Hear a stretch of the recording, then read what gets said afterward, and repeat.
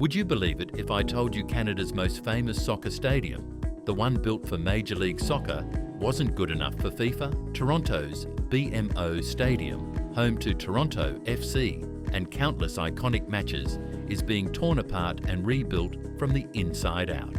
The price tag? Over $300 million.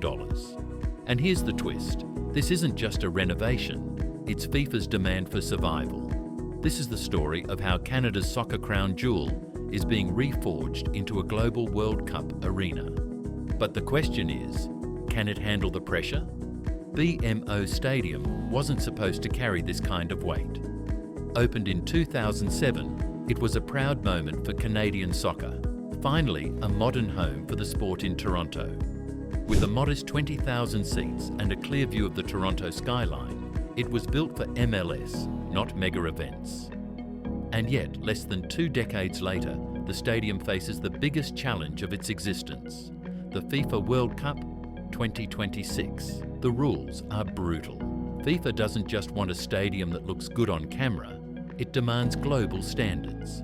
Massive capacity, cutting-edge broadcast technology, flawless player facilities, and VIP hospitality zones that rival 5-star hotels. By FIFA's checklist, BMO Stadium was nowhere close. So the solution? A complete reinvention. The City of Toronto and Maple Leaf Sports and Entertainment are pouring $300 million into expanding the stadium from roughly 30,000 to over 45,000 seats. This isn't just about adding chairs, it's about transforming the entire matchday experience. Entire new upper decks are being built, sightlines are being re-engineered, and the infrastructure is being fortified to withstand the biggest crowds Canada has ever seen at a soccer game. But here's where the story gets dramatic. Every seat must have a perfect view. Every camera angle must meet FIFA's global broadcast standards. And the pitch itself, completely relaid with a new hybrid grass surface to satisfy international regulations. Even the lighting, sound and locker room technology are being upgraded because FIFA's inspectors don't just tour stadiums, they dissect them. What makes this transformation fascinating isn't just the cost, it's the gamble. Toronto has never hosted an event on this scale. Unlike Qatar's billion-dollar arenas or the US mega stadiums, BMO is fighting for legitimacy. If the project falters, if delays pile up, if costs spiral, or if standards aren't met, Canada could face international embarrassment in front of billions of viewers. And yet, there's pride at stake too. For years, Canadian soccer was overlooked, considered a secondary sport behind hockey. Hosting the World Cup is Canada's chance to rewrite that narrative, and BMO Stadium is at the centre of it. This isn't just construction, it's a declaration. Canada is ready to stand on the same stage as Europe, South America, and the United States. But here's the twist. Expanding a stadium isn't the same as building one from scratch. The old bones of BMO are still there, and engineers face the challenge of merging old infrastructure with brand new mega designs. One miscalculation could compromise safety or push the project past FIFA's unforgiving deadlines. And that's just the beginning, because what's really being built here isn't just a stadium upgrade, it's a new identity for Canadian soccer. But will fans embrace it? Or will it feel like Canada's most beloved soccer ground has been stripped of its soul? Here's the truth about FIFA. When it comes to World Cup venues, it doesn't compromise. Either your stadium meets the book or you don't make the cut. And BMO Stadium? On paper, it didn't even come close. For starters, capacity. FIFA doesn't want a local ground with a cozy 30,000 seats. It wants a global arena, capable of swallowing up nearly 50,000 screaming fans, VIPs, media crews, and security teams. Anything less, and Toronto's dream of hosting the world's biggest sporting event would vanish instantly. That's why the expansion wasn't a luxury, it was survival. But capacity was just the first hurdle. FIFA's requirements drill down into details most fans never think about. Take broadcast line. Every camera needs a flawless angle, unobstructed by pillars, fencing, or awkward seating designs. In BMO's original build, Parts of the stadium simply weren't designed for the avalanche of cameras, drones, and replay technology that a World Cup demands. That meant tearing into the old structure and redesigning entire sightline, not for fans, but for television. Then there's player facilities. FIFA demands elite locker rooms, training spaces, and recovery areas that rival state-of-the-art performance centres. The original BMO locker rooms, built for MLS, not global stars. So in come the renovations, expanded tunnels, warm-up areas, hydrotherapy pools, and medical suites that can handle the demands of 64 World Cup matches across North America. Hospitality is another battlefield. For FIFA, corporate money is oxygen. That's why luxury suites, VIP lounges, and corporate boxes aren't optional, they're mandated. BMO's original footprint didn't have nearly enough space, so engineers had to carve out entire new zones for high-paying sponsors and executives. Without them, the math of hosting games doesn't work. And then there's accessibility, something FIFA has tightened more than ever before. Wheelchair access, elevators, ramps, seating zones, emergency exits, all had to be modernised and scaled up. What worked for Toronto FC's regular season wouldn't pass inspection for the World Cup. Even the pitch itself fell under the microscope. FIFA doesn't just want grass, it wants the perfect surface. BMO had experimented with turf and hybrid solutions in the past, but for the World Cup, it had to commit. A hybrid grass pitch designed to handle multiple high-intensity matches without tearing apart under global scrutiny. The difference isn't cosmetic. It's the difference between a smooth passing game and an international embarrassment broadcast to billions. But here's the kicker. These upgrades weren't about pride or preference. They were about avoiding elimination. If Toronto wanted World Cup matches, BMO had to evolve, or Canada would lose its shot to be more than just a host country in name. Vancouver could carry the flag alone, or worse, FIFA might reduce Canada's role altogether, handing more games to the US and Mexico. That's why officials called the $300 million overhaul non-negotiable. Without it, Toronto would be sidelined from the biggest sports spectacle in history. Imagine the humiliation. Canada, co-host of the World Cup, forced to watch as matches skipped its biggest city because its crown jewel stadium didn't pass inspection. There's another layer too. FIFA isn't just picky, it's political. Cities fight for games because each one translates into millions in tourism, global exposure, and long-term legacy. By bending to FIFA's rules, Toronto isn't just fixing a stadium, it's buying a seat at the table, and that seat guarantees more than prestige. It guarantees history. Still, the pressure is enormous. Every renovation deadline is tied to FIFA's calendar, and every dollar spent is a gamble that the upgrades will pay off. If the expansion stumbles, Toronto risks becoming a cautionary tale, proof that not every city is ready for FIFA's world. So when you hear $300 million makeover, don't picture optional luxury. Picture survival. Picture a stadium that had no choice but to rip itself apart and rebuild just to stay in the game. Because for BMO, the choice wasn't between renovation and tradition. The choice was simple: evolve or be erased from the World Cup stage. $300 million. That's not just a renovation budget, it's a gamble with Canada's global reputation on the line. For Toronto, this isn't just about bricks, seats and steel. It's about proving that a city better known for hockey and basketball can handle the single biggest sporting event on earth. But the pressure is immense. Renovations of this scale rarely stay on budget. Stadium projects around the world have one thing in common: cost overruns. Brazil's World Cup venues ballooned to nearly double their projected costs. Qatar spent over $200 billion transforming its infrastructure. Even smaller projects like upgrades in South Africa in 2010 spiraled beyond initial estimates. Toronto is walking into the same storm, and the timeline is unforgiving. The clock is ticking, FIFA's deadlines don't shift, and every delay piles on political risk. Construction crews are working under the tightest schedule BMO has ever faced. Entire new seating tiers must be welded into place, concourses expanded and utilities rewired, all while Toronto FC continues to play its regular MLS season. That means building a mega stadium around live events with almost no margin for error. The gamble doesn't stop at construction. There's the question of return on investment. Toronto taxpayers and private backers are banking on the World Cup to bring in tens of millions in tourism, sponsorships and global exposure. Hotels will surge, bars will overflow, and the skyline will beam into billions of living rooms worldwide. But after the final whistle, the stadium still needs to justify its size and cost.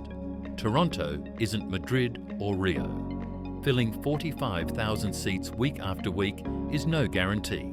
And here lies the real gamble. Will BMO's reinvention create a lasting soccer legacy?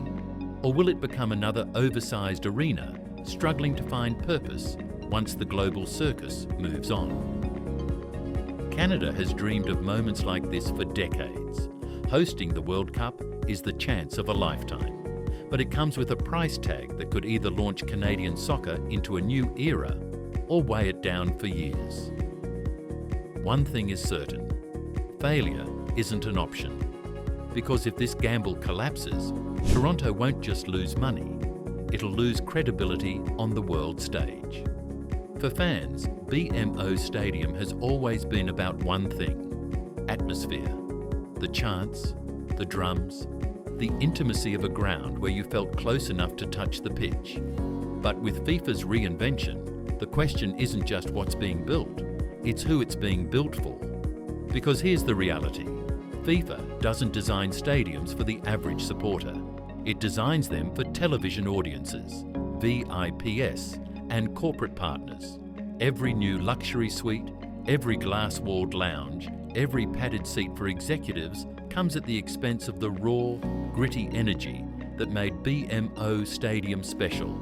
Fans fear that what made the ground authentic will be sanitized in the name of global standards. And there's the ticket dilemma. With capacity nearly doubling and premium seating flooding the blueprint, prices are almost guaranteed to skyrocket. What was once a working-class outing could turn into an elite experience, pushing out the very supporters who gave Toronto FC its identity. When FIFA comes to town, access isn't about loyalty, it's about money. Yet there's another side. For many fans, the transformation is a chance to finally be taken seriously on the world stage. For decades, Canadian soccer culture has been dismissed. Hosting World Cup matches in a state-of-the-art stadium signals that the country belongs in the conversation with the giants of football.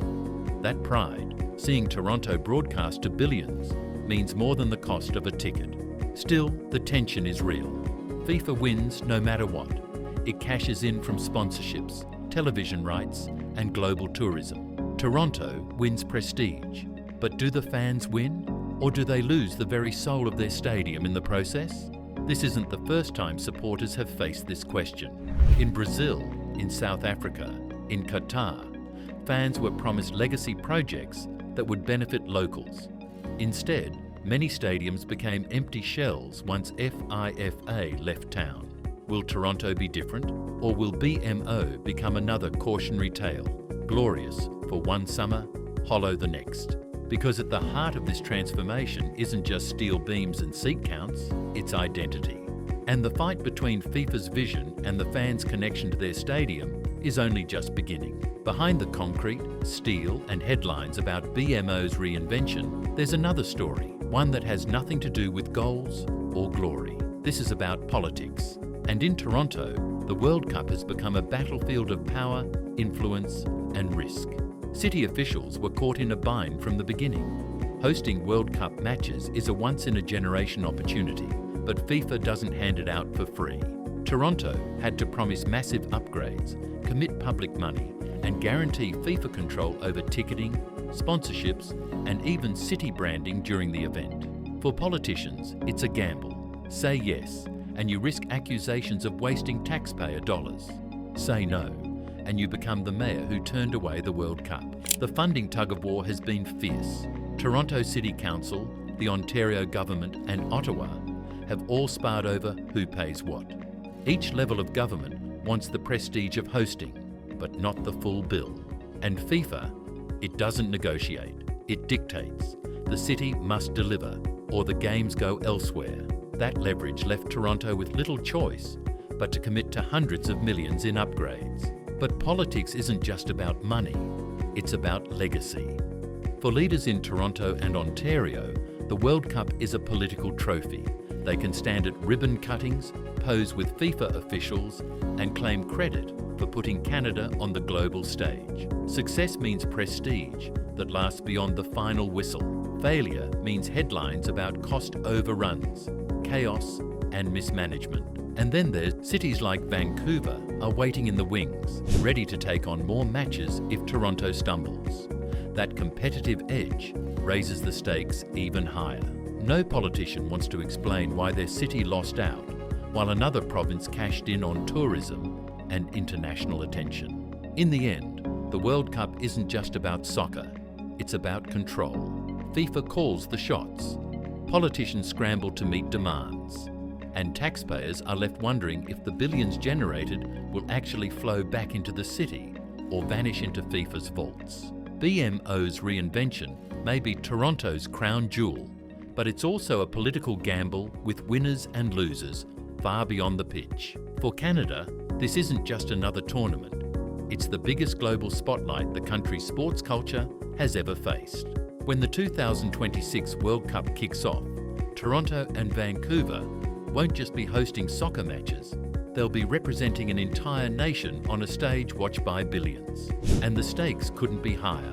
Soccer has always lived in the shadow of hockey in Canada. For decades, the sport struggled for attention, funding, and respect. But hosting the World Cup changes everything. Suddenly, Canada isn't just a participant, it's a co-host of the world's most watched sporting event. That means every broadcast, every camera shot of Toronto's skyline, every replay inside BMO Stadium becomes a piece of Canada's international identity. The potential upside is massive.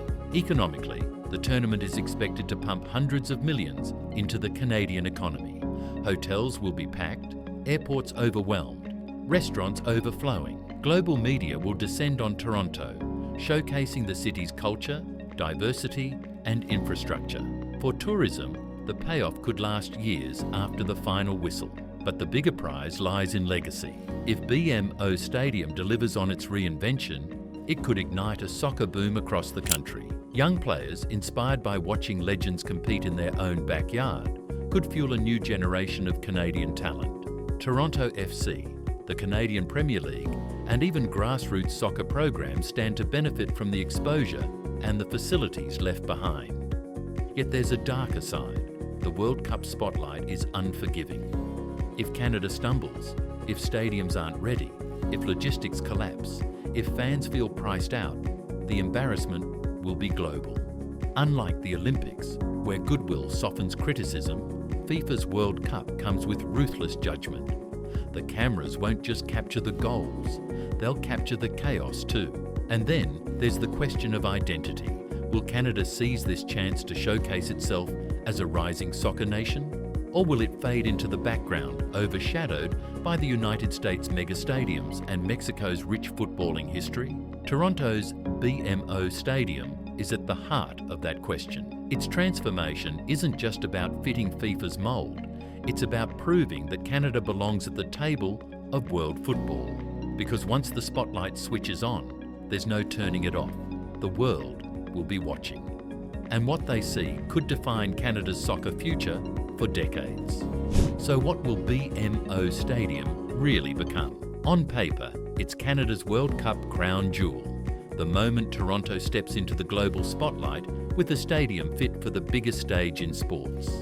A $300 million transformation that promises world-class capacity, cutting-edge technology, and a lasting legacy for Canadian soccer. But the gamble is undeniable. History is littered with stadium projects that promised glory and delivered regret. From white elephant arenas in Brazil and South Africa to underused mega venues in Athens and Beijing, the warning signs are there. Build for the World Cup, and you risk being left with an oversized monument to excess once the circus moves on. For Toronto, the stakes are even sharper. If the reinvention succeeds, BMO becomes more than a stadium. It becomes a symbol. Proof that Canada can stand shoulder to shoulder with the giants of world football. Proof that soccer isn't just a secondary sport here, but a movement with momentum, passion, and permanence. But if the project fails, if delays pile up, if costs spiral, if fans feel pushed out, then BMO risks losing what made it special in the first place. The intimacy, the atmosphere, the soul of Canadian soccer. In its place, Toronto could be left with a sterile corporate colossus that pleases FIFA for a few weeks and alienates the very supporters who built its legacy. That's the razor's edge this project walks. Crown jewel or crumbling gamble, a triumph that redefines Canadian soccer, or a cautionary tale written in steel and debt. One thing is certain, once the World Cup arrives, there's no hiding. Billions of eyes will be on Toronto, on BMO Stadium, on the gamble Canada has chosen to take. And the verdict won't come from FIFA, or from politicians, or from architects. It will come from the roar, or the silence, of the fans who fill those new seats long after the cameras have left. Because in the end, a stadium is never just concrete and glass. It's memory, it's identity, it's the beating heart of a sport. And BMO's reinvention will decide whether Canada's crown jewel shines or shatters under the weight of its own ambition. The clock is ticking. Toronto's BMO Stadium is racing against deadlines, budgets, and the weight of expectation. In less than a year, the world will arrive, and every flaw, every detail, every decision will be magnified on the biggest stage sports has ever known. Will the $300 million gamble transform BMO into a global icon, a crown jewel that cements Canada's place in world football? Or will it follow the path of countless others, over budget, overhyped, and underused the moment FIFA packs its bags? And here's the question no one is daring to ask. What happens after the final whistle of the World Cup? Will BMO thrive as the fortress of Canadian soccer, or will it become a ghost stadium, echoing with memories of a summer when the world came to Toronto and never returned? The answers aren't clear, and maybe that's what makes this story so electrifying. Right now, Canada stands on the edge of history. The world is watching. The stakes couldn't be higher, because when the first ball is kicked on that pitch, it won't just be about goals and glory. It will be about whether Canada's bold reinvention pays off or collapses under the weight of ambition. And the truth, the verdict, is still to come.